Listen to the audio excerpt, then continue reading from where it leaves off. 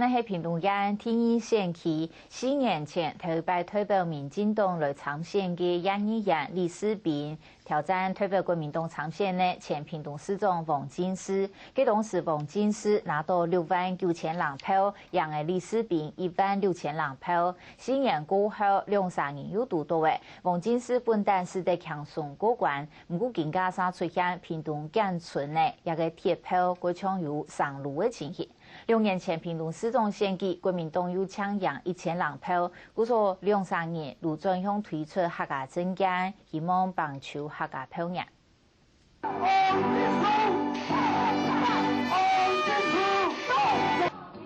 屏东市选票先天嘅结构，原来如南太高绿，过去有几个建村坚强嘅铁票，本国民党提一嘅选区，先都挺顺利。至少做得赢14000票左右，太太林园、太平新村悄悄的凋零，太湖新村改建、重营等建村也在改建当中，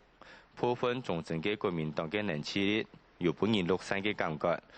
故所寻求连任嘅王金枝对开发客庄嘅选票真用心用力。虽然我的选区只有一个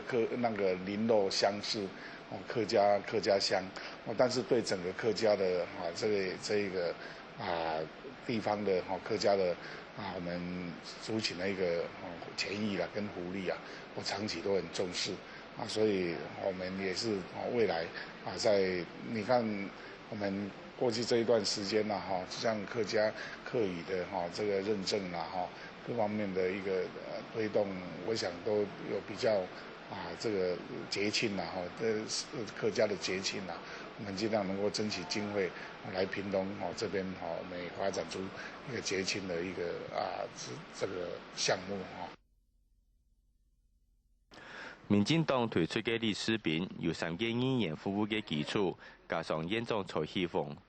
政治万年海等政绩嘅加持，又打出受赢嘅客家妹牌，假使做得米平党内出现嘅裂痕，整合万丹联络嘅绿色资源，再开发屏东市隐性嘅客家县民，唔免冇别嘅机会。中年也期間一直都有盼嗰度客家嘅發通，希望喺嚟屏東市客家人可以行出來同時幫大家來認識客家人、客家文化。當然，也俾我要代表民進黨出嚟參選立法委員。最主要伊咧訴求都係講，希望政府合辦以後一個我要當選立法委員，我為來充實都講，要求政府對多元文化民族嘅嗰種嘅尊重大家應該站在一個平等的立場，來共同來推行，來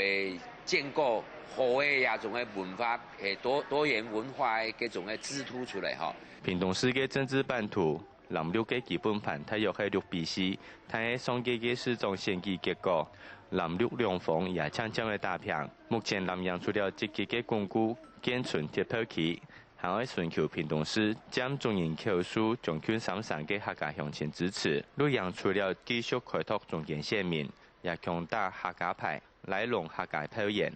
希望做得提屏東縣天一選區南太高綠嘅政治版圖，叫出2年嘅成績單。客家新聞潘成旺屏東報道。